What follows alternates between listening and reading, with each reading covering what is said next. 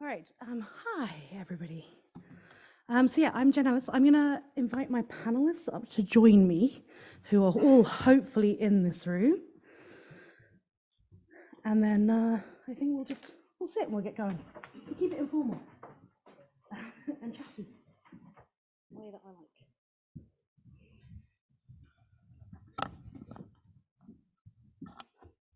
All right, and as a reminder, if you can kind of sit close to the microphones, I think. Maybe not as close as I just went. Okay, hi. So yeah, we are going to talk to you about vulnerabilities, equities, processes. And when I say we, so I'm Jen Ellis. I'm the co-host of the Distilling Cyber Policy podcast. If you haven't checked it out, you absolutely should do. There are stickers on your tables to encourage you to listen. We thank you for your interest in the podcast. I am joined today by a panel of remarkable experts. I'm going to kind of come in reverse order. I don't think that really makes sense, but from furthest in, perhaps. I'm joined by Sven Herpig, who is Director for Cybersecurity Policy and Resilience at the Berlin-based tech think tank, and we've agreed this.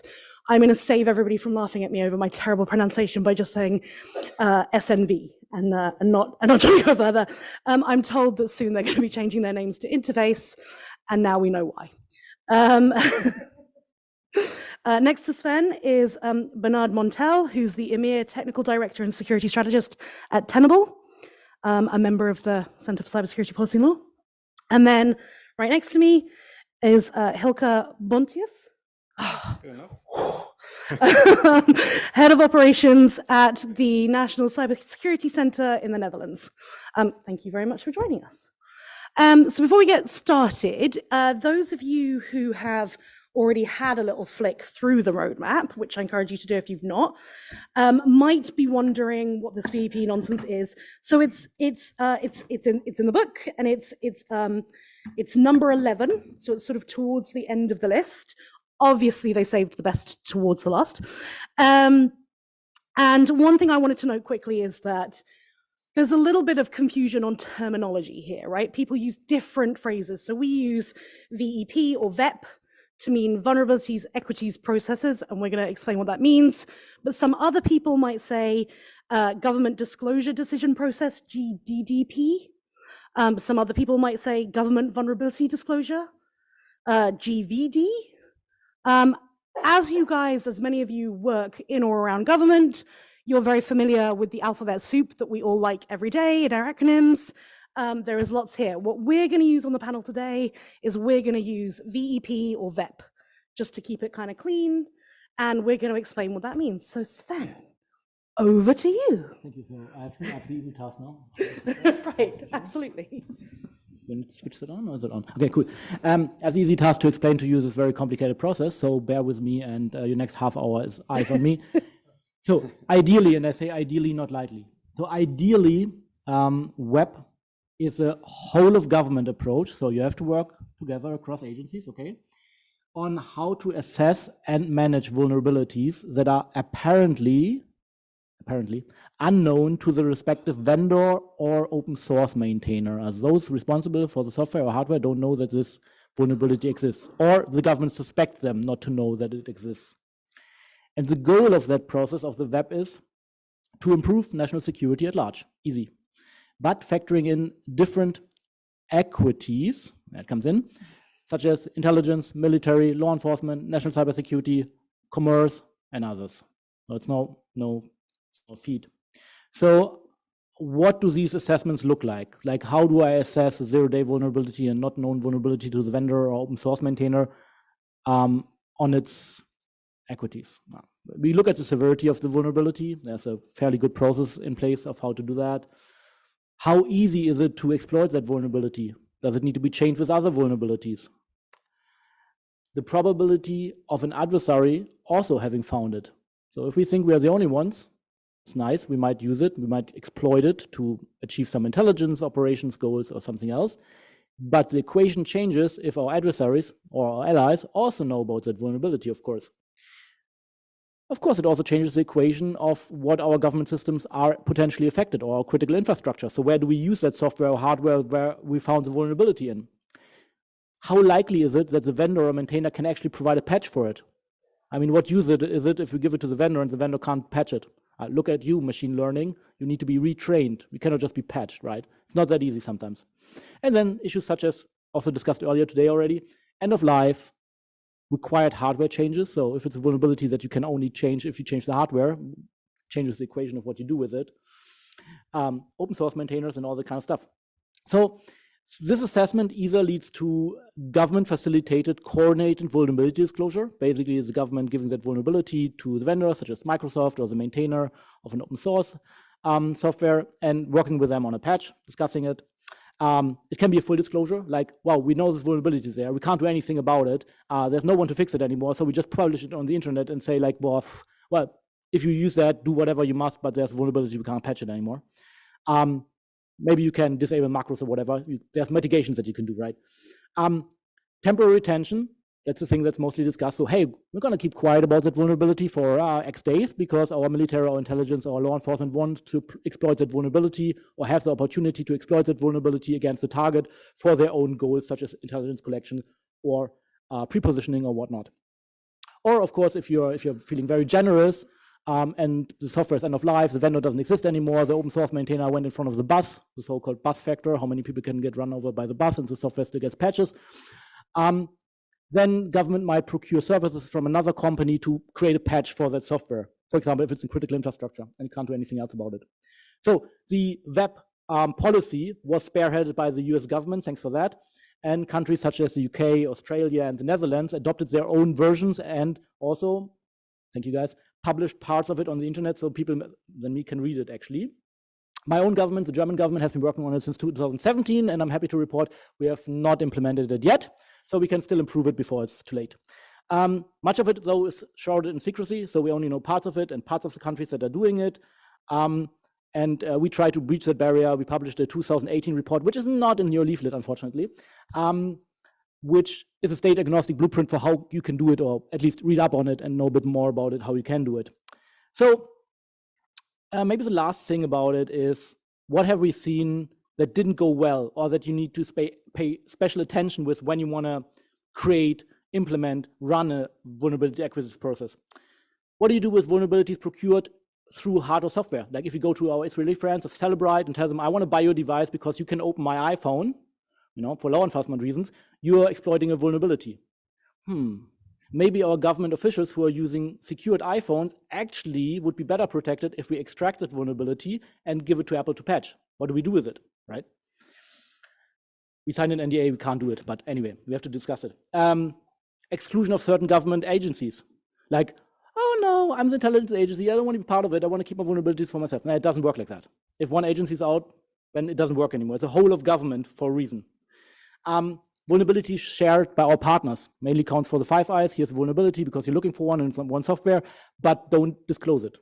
Like, do I still have to disclose? Do I still have to assess it and see if I disclose it because my equation is different than the equation of the government that gave it to me? Maybe they don't need to disclose it, but maybe I would need to, but I'm not allowed because my partners told me not to do it.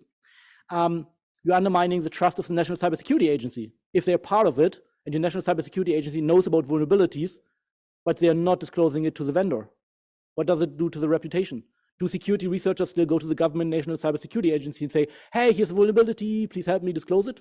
And maybe not, because they're like, oh, you're going to give that to the intelligence people anyway, right? So I'm not going to do that.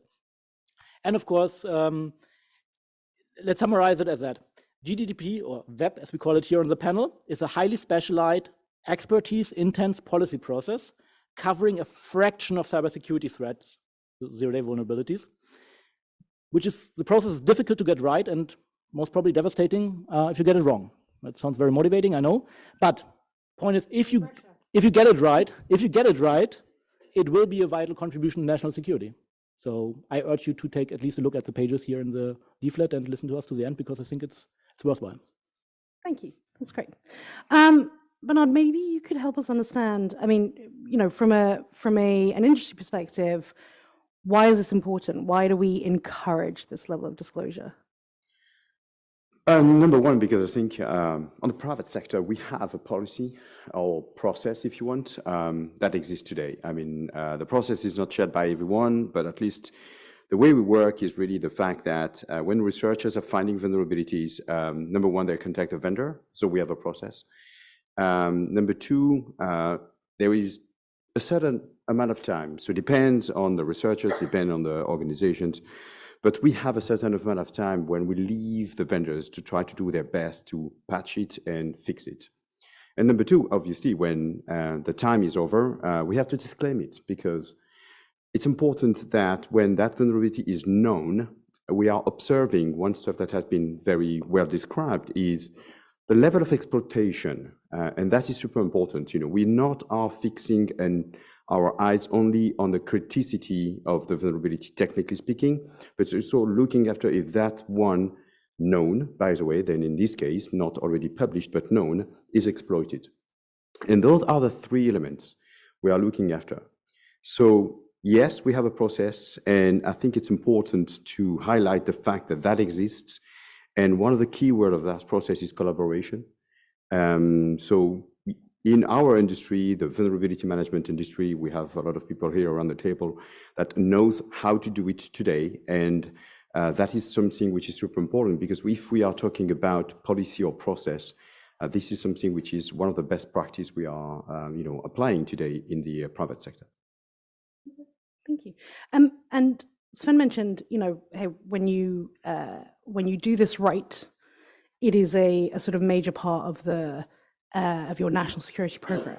So Hilke, can you talk about? I mean, not that I'm saying that you guys are doing this right, but tell us why we should think that you're doing this right.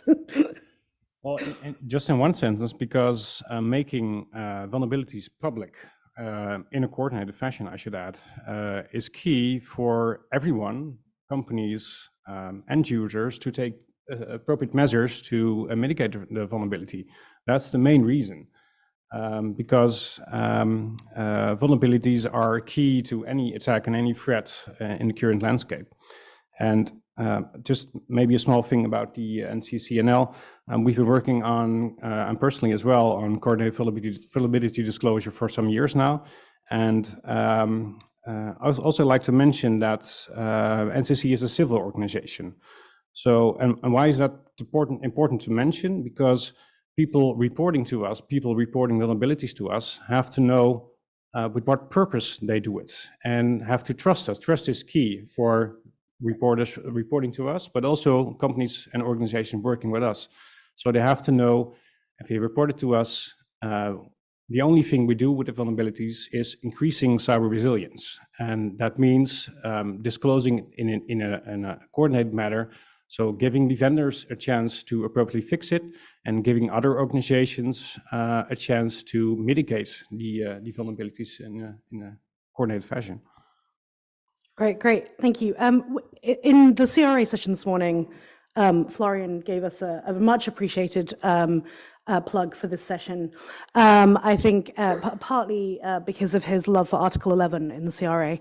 And one of the things that I've heard sort of said a lot is that if there's going to be a requirement for people to, or for companies to report known exploited vulnerabilities to governments in the EU, then surely the EU governments should have to have vulnerabilities equities process to ensure that trust that you just mentioned is being maintained. And I know, Bernard, you've talked a lot as well about the importance of trust. Yeah, I think we can link that to the panel from this morning. By the way, Florian, because I was part of that agenda. So just for everyone, I'm Bernard and he's Florian, and we switch from the panel. So just to. Otherwise, we can switch the glasses.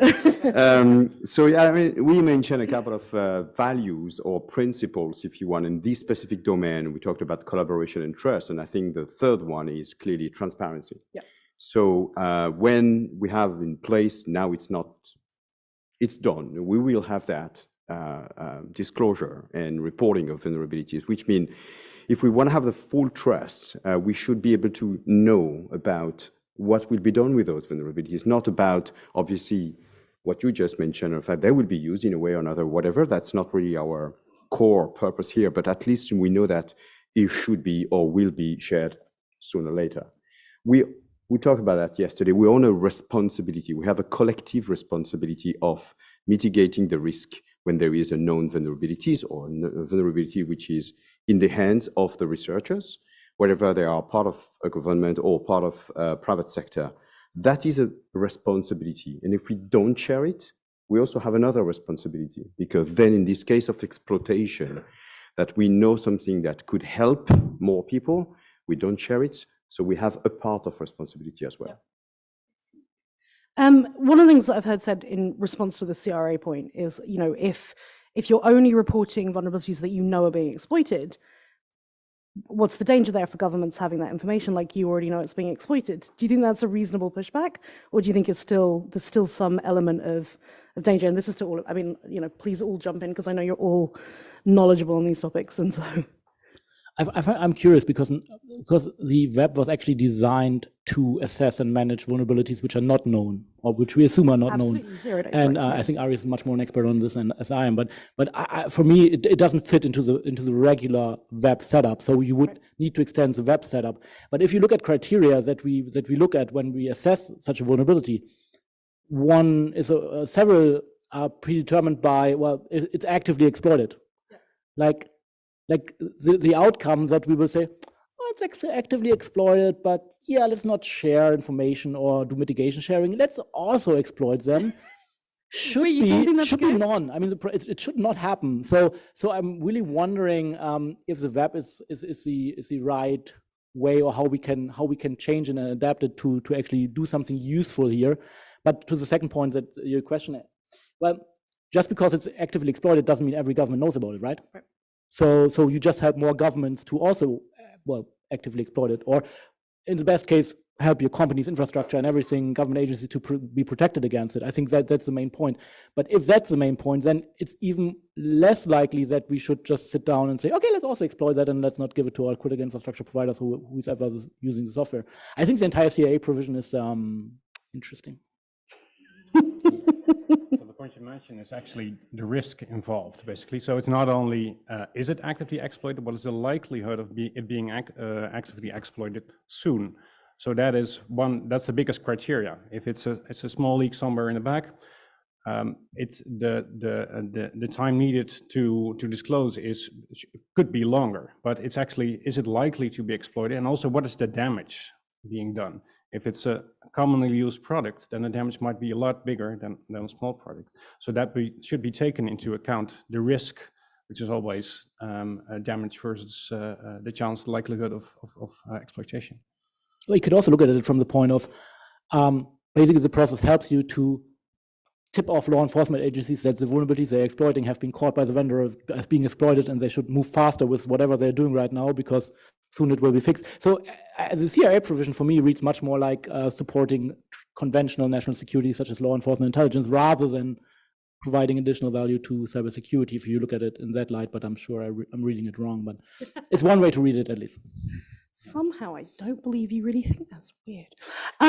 Just to clarify something, though, we're talking a lot about vulnerability equities processes as if, I should have just said VEP. We're talking about them as if they absolutely mandate disclosure. But that's not always the case, right? Like, the whole reason there is a process is to decide when to disclose and what to disclose. Are there situations where it's legitimate for governments to hold on to vulnerabilities and not go public? Well, I think we're talking about governments, and I agree it should be a government process, but there are differences in governments. That's why I mentioned we are a civil entity, civil organization, and it should be clear on what the purpose of our organization is and why you're sharing. From a technical view, there could be instances where the disclosure of a vulnerability has a bigger effect. It could have a greater damage.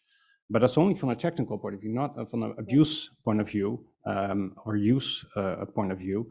For instance, a vulnerability in some old software product that is not being supported anymore, and disclosure might pose a larger risk or a bigger damage than holding it back, which still could mean that at some point you might disclose it. But it's purely from a technical point of view, because that's the analysis you have to do. Is disclosing could cause bigger damages than not disclosing it eventually. Yeah, I think it's about timing and risk. And I think it's one key which is important. We all talk about, and linking to CRA and NIS V2 as well, about critical infrastructures. As soon as we know that that could have damage on critical infrastructures, definitely I think the industry need to know it and find remediation. Even if the patch doesn't exist, there are plenty of remediation that can be put it in place. And that is one of the elements that the researchers are looking after is how much of vulnerability is exploited and when. So we see and observe the window of exploitation, which is shorter than before, but we also see the length of the fact that those vulnerabilities are exploited in a while longer on time. I've got a couple of examples of that. For example, MoveIt, which is one of the biggest, vulnerability, not in a kind of a very complex vulnerability, but it was I think it was a 0 day on 26th of May. The patch has been released on the 6th of June. But in December, we've seen more than 1,000 organizations still exploited by that vulnerability. 60 million of record has been leaked by the end of 2023. I don't have the last number because we already have a quarter to analyze, but that's all the stuff we need to take care about. And talking about disclosure, what is a risk? When do we publish it? Yes, potentially we will have a risk because we don't have. That's a very old, and we have another panel not a panel, at least it's in the roadmap, which is on the old devices. It is a panel. It's the last panel of the day. Yeah. So that is something you will talk about. But I want to give you some examples about the reality in the field. There is another one we discussed in the lunch as well, which is Citrix Bleed. Okay, nothing against specific technology here. It's not sometimes complex to patch. It takes some time, but at the end of the day, we have to put in place remediation plans. If we don't know, we are blind. And that is one of the key elements. Transparency and collaboration is also helping. And there is a balance to find when I do disclose. Even for us vendor, when we contact the vendors to find a way to create a patch, sometimes they don't do anything. And we decide to disclose, and that's what we call a 0 day. Because we believe that could be beneficial for the people to know it and to remediate the risk. But remediating a risk is not just having a patch. It's not that easy. It's not like black or white. Vulnerability, patch, done, I fix it. We also have to take care about the context and sometimes the risk management approach helping us to remediate even without a patch.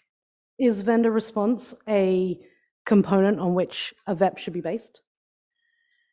I think it's again a collaboration. If you are blaming everyone all the time, pushing hardly, I don't think it's the right stuff to do. But in the meantime, the vendor response need to be taken in consideration in that process. Again, we don't have a process in the private sector.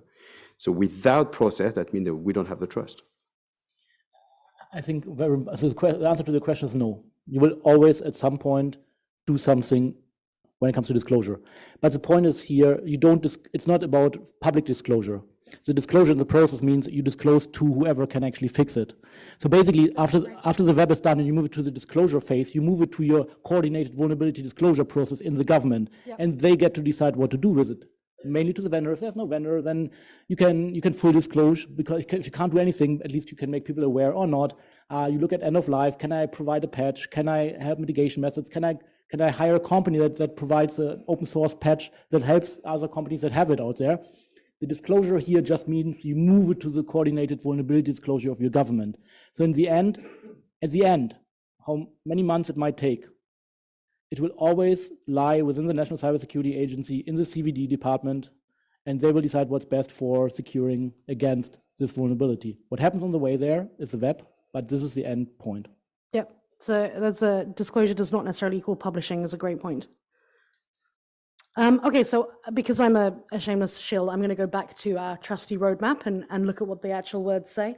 So the recommendations specifically being made here, I'm going to pick on the top two, are to develop a VEP toolkit for member states to better understand the topic and associated best practices, and work with member states to develop and implement a VEP at the national level. My question to the three of you is, should there be an EU-wide VEP, like one VEP to rule them all? Or should we have nation states develop and implement their own individual VEPs? What do you think? If I look at it, there should be a VEP in every member state. Okay. Only Take note. Yeah, so, taken into account for an EU-wide FEP, every member state has different institutions, different infrastructure, and different organizations within that country that deal with this process. And so, for instance, if you look at the CSIRT, we mainly focus on the coordinated vulnerability disclosure. There's also a myriad of organizations that host or ministries that host these CSIRTs. It could be civil, like us. It could be military. It could be intelligence. So it would really help to have some best practices and guidelines, preferably practical and non-political. So to help member states to establish a VEP and to also look at who should be the entity disclosing, so the part after the VEP, as you mentioned, disclosing those vulnerabilities in the end and do the coordination disclosure.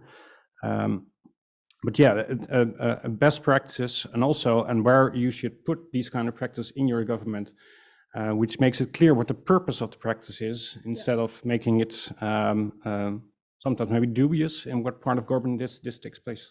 And perhaps like a government that's already gone through the process could help with creating that best practice, which might even be recommendation 4 in the book. Okay, yeah. I think EU-wide that wouldn't work. You would do it because it's a flagship project or however you want to call it, which looks nice. Like let's bring all CSIRTs in the EU together. I mean, the ones that want to work together already work together, but let's just mandate them all to work together so we have something we can sell to the public as a nice project. And that would be the EU web. Like we can sell it to the public, looks nice, but it doesn't work. Okay. Yeah. I would not completely agree. I don't think every member state needs a web, but the first step should be every member state should evaluate whether they actually need a web. And how do they do that? They do that in figuring out, do we want to exploit zero-day vulnerabilities that we learn about for law enforcement, intelligence, and military purposes? If the answer is no, you don't need a web. And I say that because, I mean, we're coming from the Australians, from the Brits, from the Americans, who also spend a lot of resources on intrusive cyber operations, be it active defense or offensive cyber operations. But not all countries are like that. Some countries either don't have the resources or they want to have a more defensive posture. So if they decide for themselves, I'm looking at you, maybe Costa Rica, I don't think they're in the room, unfortunately. You want to. I send them an email. You want to focus on the defense. You don't want to exploit zero-day vulnerabilities. You don't even have those. You don't even know where they come from. You don't have money for that. You don't need a web. But that's a strategic decision that has to be enshrined, and you have to do that. But if your decision is yes, once in a while we would like to drop it zero-day and would hack someone, then you need that process.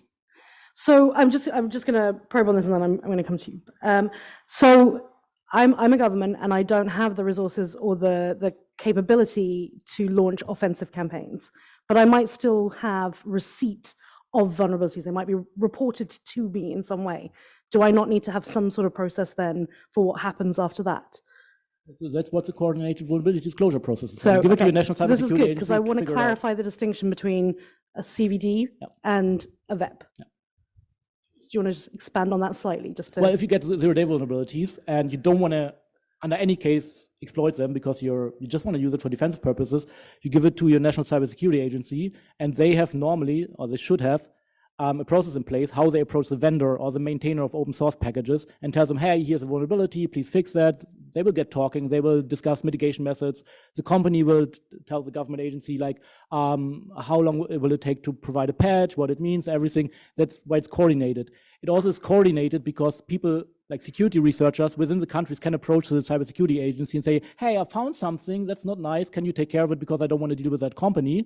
And then they coordinate the disclosure. That's a purely defensive, purely cybersecurity, IT security approach, which that one every member state should have.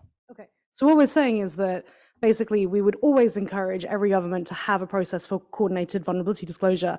Whether you need an equities process, i.e. checks and balances on how vulnerabilities are being used by the government, that's a separate thing, and it relates to whether or not you're doing offensive capabilities. Yep. Okay. Sorry. Yeah, I'm more a cybersecurity practitioner than a lawyer, but we like that. But I just was thinking about what has been said, and I think if you look at NIS-V, NIS-V1 and NIS-V2, they are directives, and they are transpositions back in the States. Okay, and I think that could be something we can be inspired by, the fact that having the same kind of approach for VEP. But in the meantime, I think what is important is to have guidance and barriers. So, which mean that we don't have a state, for example, doing, I don't know, I want to keep that for 6 months.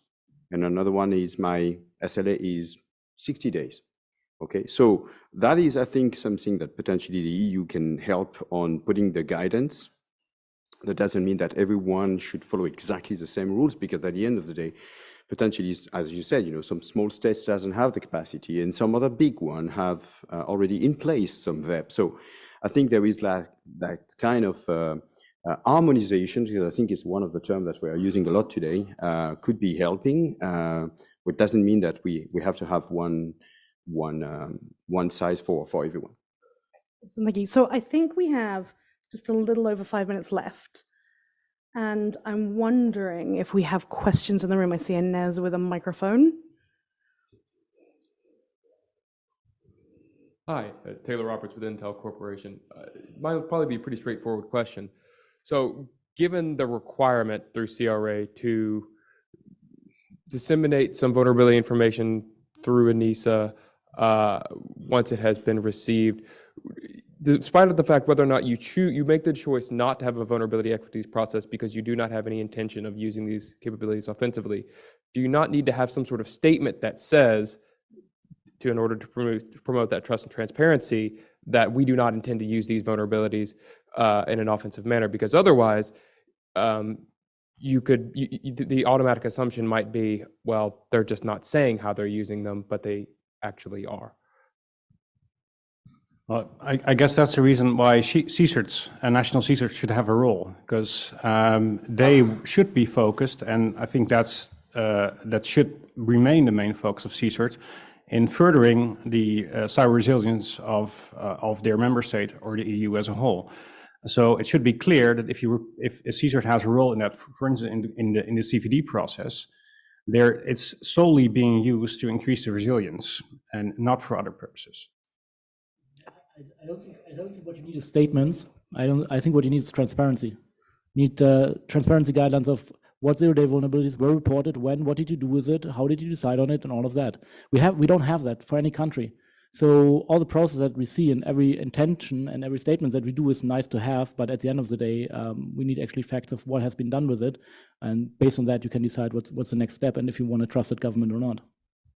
I feel like you actually want language in the CRA, though. I've abandoned that ship, but no, I think the transparency is a great point to raise. Thank you. Other questions? Oh, it's the post-lunch lull. All right. Well, I will ask a final question then, all of you. Since the room has not come up with more questions for you, I think you get to set them homework. This is, you were warned. Right. So my question to you is, what is their homework? What is the thing on this topic, on the topic of VEP, that they should do when they get back to their offices or wherever they work? What should be the thing? One from each of you. So I'll start. I think it's good to say that everyone in this process of disclosure, because it handles how do you manage vulnerabilities. That's the whole idea. And everyone has a responsibility in that. So that means the reporters, they should deal with it prudently. The vendors, they should be able to handle vulnerabilities and be able to fix them in a timely fashion.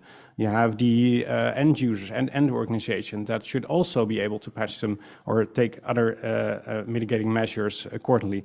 And also, of course, the government in being transparent about how they handle vulnerabilities.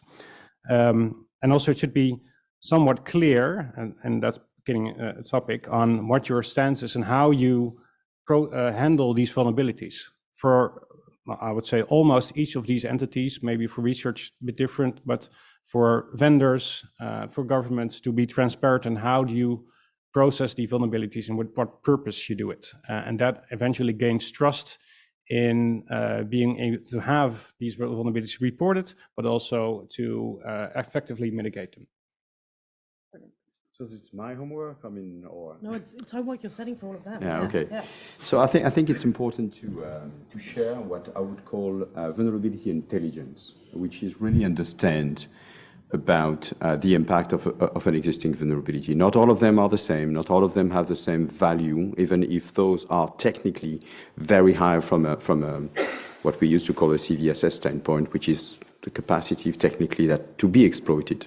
So it's a combination about the technical vulnerability impact, the exploitation, and the fact that there is a risk. So that is what I'm calling the intelligence. It's not just looking after those are black or white, but having more context. Go home and try to figure out what your own government is doing with zero-day vulnerabilities, and don't let them off the hook easily and say like, oh no, we're not using them, we're just going to go to Celebrite and NSO and buy the stuff which abuses the devil. I also want to know about them. So you go home, you figure out what your government is doing, and if you're a government representative, hopefully you know, and then you write me an email and tell me what your government is doing about it. Okay, excellent. I look forward to you could copy me as well. And obviously I will add one. It's not going to shock anybody. Please read the roadmap and look at the recommendations. But I would also encourage you to check out, the vulnerabilities, equities processes that have been published, that are out there, and have a think about maybe how they might relate to your government, whether they relate to your government. And, as we talked about, there's a difference between VP and CVD. And I think a starting point would be to think about, do you have a coordinated vulnerability disclosure process? What does that look like? How does that work in practice? How successful is it? And then does it need to have a VP behind it because you are doing that, that other work, you're leveraging vulnerabilities in the other way. So those would be the things that I would encourage you to do. And obviously also to listen to the Distilling Cyber Policy podcast, of course. Thank you very much. Thank you to you guys. You guys are awesome.